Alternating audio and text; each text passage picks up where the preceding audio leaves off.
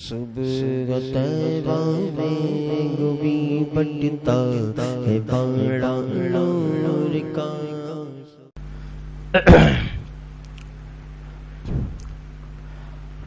السلام علیکم ورحمۃ اللہ وبرکاتہ۔ الحمد للہ رب العالمین والعاقبۃ للمتقین والصلاة والسلام على سید الانبیاء والمرسلین، اما بعد فاعوذ باللہ من الشیطان الرجیم، بسم اللہ الرحمن الرحیم۔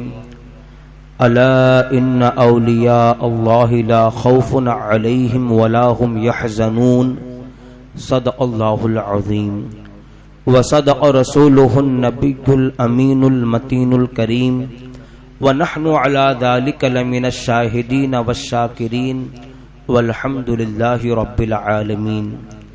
قرآن کریم کی جس آیت کریمہ کی تلاوت کرنے کا شرف حاصل کیا، اس سے متعلق کچھ باتیں آپ کے سامنے عرض کروں۔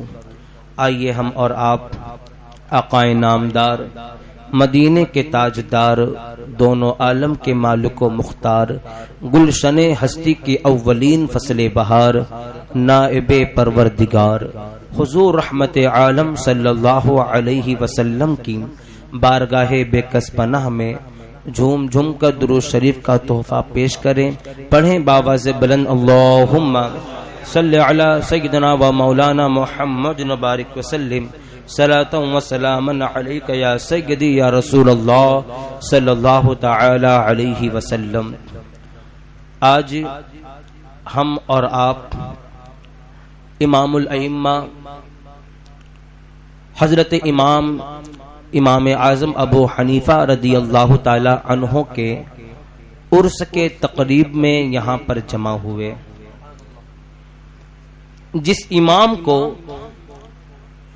ہم مانتے ہیں، جن کے مذہب کے مطابق ہم نماز ادا کرتے ہیں، آپ نے سنا ہوگا کہ 4 امام ہیں، امام اعظم ابو حنیفہ، امام شافعی، امام مالک، امام احمد بن حنبل۔ یہ 4 امام ہیں مذہب کے، اور پوری دنیا کے اندر انہی 4 مذہب کے ماننے والے مسلمان ملتے ہیں۔ کوئی امام شافعی کا مقلد ہے، کوئی امام مالک کا مقلد ہے، کوئی امام احمد بن حنبل کا مقلد ہے، اور دنیا کی 80% مسلمان امام اعظم کے مقلد ہے۔ یعنی امام اعظم کے مذہب کے مطابق وہ فتویٰ بھی دیتے ہیں، امام اعظم ابو حنیفہ رضی اللہ تعالی عنہ کے مذہب کے مطابق نماز بھی پڑھتے ہیں۔ آج جس طریقے پہ ہم نماز ادا کرتے ہیں، آج جو فتاووں میں ہم مسائل بیان کرتے ہیں، اور مسلمان ان فتاوے کو سن کر ان کو پڑھ کر عمل کرتا ہے، وہ امام اعظم نے بتایا ہے، اسی پہ ہم عمل کرتے ہیں۔ ہم آج جس امام کے عرس کے موقع پہ یہاں پہ جمع ہوئے ہیں، آپ اولیاء کرام کو دیکھیں اور بڑے بڑے اکابر علماء کو دیکھیں۔ سارے علماء اور سارے اکابر اولیاء، بڑے بڑے اکابر اولیاء امام اعظم ہی کے مذہب کے ماننے والے تھے، امام اعظم ابو حنیفہ رضی اللہ تعالی عنہ۔ اور آج تو ایسا دور آ گیا ہے کہ جس امام کے مذہب پر ہم نماز پڑھتے ہیں، اس امام کے بارے میں کچھ پتہ ہی نہیں ہے ہمیں۔ ہمارے امام اعظم کا نام کیا ہے یہ بھی نہیں پتا۔ آپ آئے ہیں تو آج سنتے چلے جائیں۔ ہم نے بڑے بڑے اکابر اولیاء کرام کا عرس کیا، ان کی سیرت طیبہ کو پڑھا سنا، لیکن آج اپنے امام کے بارے میں سنیں کہ جس امام کو ہم ماننے والے ہیں، جس امام کے مذہب پر ہم نماز پڑھتے ہیں، انہیں اللہ نے کیا مقام عطا فرمایا تھا، ان کی شان کتنی بلند ہے، ان کا رتبہ کتنا اعلیٰ ہے۔ ہمارے امام کا نام نعمان ہے۔ کیا نام ہے؟ نعمان۔ آپ کے والد کا نام ثابت ہے۔ کیا نام ہے؟ جب بھی کوئی سوال کرے جس امام کے مذہب پر آپ نماز پڑھتے ہو اس کا نام کیا ہے، تو فوراً آپ کہیں گے حضرت نعمان بن ثابت ان کا نام ہے، اور کنیت ان کا ابو حنیفہ۔ ابو حنیفہ ان کی کنیت ہے. اللہ کے رسول صلی اللہ تعالی علیہ وسلم نے ان کی بشارت عطا فرمائی, اور چاروں اماموں میں جو مقام و مرتبہ اللہ نے حضرت امام اعظم کو عطا فرمایا کسی اور امام کو عطا نہیں فرمایا. کیا وہ مقام ہے, کیا وہ رتبہ ہے؟ وہ رتبہ ہے صحابیت کا, انہیں ملاقات کا شرف عطا فرمایا. یعنی امام مالک ہو, امام احمد بن حنبل ہو یا امام شافعی ہو, انہیں ان تینوں اماموں میں سے کسی امام کو صحابیت سے ملاقات کا اللہ نے شرف عطا نہیں فرمایا. فقط یہ خصوصیت ہمارے امام کی ہے کہ حضرت امام اعظم ابو حنیفہ رضی اللہ تعالی عنہ نے کئی صحابہ کرام سے ملاقات کیا ہے. ارے وہ آنکھیں جنہوں نے آقا کریم صلی اللہ تعالی علیہ وسلم کا دیدار کیا ہے, ہمارے امام نے ان صحابہ کا دیدار کیا ہے. یہ شان ہے امام اعظم کی. حضرت امام انس بن مالک, اس طرح کئی صحابہ ہیں جن سے حضرت امام اعظم نے ملاقات کیا ہے اور ان سے علم دین بھی حاصل کیا ہے. یہ شان ہے, یہ مقام, یہ رتبہ کسی اور امام کو اللہ نے نہیں عطا فرمایا. چاروں اماموں میں سب سے اونچا مقام امام اعظم کا ہے. اسی لیے تو حضرت امام شافعی جن کے کروڑوں دنیا کے اندر ماننے والے ہیں, جن کے مذہب کے مطابق کروڑوں نماز پڑھنے والے ہیں, حضرت امام شافعی ہمارے امام کے بارے میں فرماتے ہیں اگر کوئی مسئلہ میرا حل نہیں ہوتا, میری حاجت اگر پوری نہیں ہوتی, امام اعظم کے دربار میں جا کر, ان کی بارگاہ میں جا کر 2 رکعت نماز ادا کرتا, اللہ میری حاجت پوری فرما دیتا. یہ امام شافعی فرماتے ہیں اگر میرا مسئلہ حل نہ ہو, امام اعظم کے مزار مبارک پہ جا کر 2 رکعت نماز پڑھ لوں, اللہ میرا مسئلہ حل فرما دیتا. یہ ہے شان امام اعظم کی. حضرت امام مالک فرماتے ہیں اگر امام اعظم کی شان یہ ہے, اگر امام اعظم ایک ستون کو سونے کا ثابت کرنا چاہیں تو دلائل کی روشنی میں اسے ستون کا ثابت کر دیں گے, اسے سونے کا ثابت کر دیں گے. یہ شان ہے. اور حضرت امام اعظم ابو حنیفہ رضی اللہ تعالی عنہ کئی سال آپ نے روزے رکھے, اور روایت کے اندر آتا ہے کہ 40 سال تک آپ عشاء کے وضو سے آپ فجر کی نماز ادا کیا کرتے تھے, اور ماہ رمضان میں 62 قرآن ختم کرتے. کتنے قرآن؟ 62 قرآن ختم کرتے, 62 قرآن. اور جس جگہ پہ آپ کا انتقال ہوا, جہاں پر حضرت امام اعظم کا وصال ہوا, روایت کے اندر آتا ہے کہ اس جگہ پہ آپ نے 7000 مرتبہ قرآن کریم کا تلاوت کیا ہے. قرآن کریم کی تلاوت 7000 مرتبہ اس جگہ پہ کیا جہاں پہ آپ کا وصال ہوا ہے. اور اللہ نے ایسا مقام عطا فرمایا کہ 55 آپ نے حج کیے. کتنے حج؟ 55 آپ نے حج کیے. ایک مرتبہ جب حج کے موقع پر آپ بیت اللہ شریف تشریف لے گئے, خانہ کعبہ میں آپ تشریف لے گئے, وہ آپ کا آخری حج تھا. وہاں کے خدام نے حضرت امام اعظم کے لیے کعبہ کا دروازہ کھولا, آپ اندر تشریف لے گئے, اور آپ نے 2 رکعت میں 1 قرآن کی تلاوت فرما لی, اور ستون کے درمیان بیٹھ کر دعائیں کر رہے تھے. سب کے لیے دعائیں کر رہے تھے. ہم کتنے خوش نصیب ہیں کہ حضرت امام اعظم کے ماننے والے ہیں. اور بشارت ایسی اللہ نے عطا فرمائی کہ خانہ کعبہ کے اندر جب آپ داخل ہوئے, 2 رکعت آپ نے نماز ادا کی, اور 2 رکعت میں پورے قرآن کی تلاوت کی. ایک ستون کے درمیان بیٹھ کر اللہ کی بارگاہ میں دعائیں کر رہے تھے. غیب سے آواز آتی ہے کہ اے ابو حنیفہ, اے نعمان بن ثابت, تو نے میری معرفت حاصل کر لی ہے, تو نے مجھے پہچان لیا ہے, اور سن لے میں نے تجھے بھی بخش دیا, اور جتنے لوگ تیرے مذہب کے مطابق چلیں گے, جتنے لوگ تیرے مقلد ہوں گے, سب کی میں مغفرت فرما دوں گا.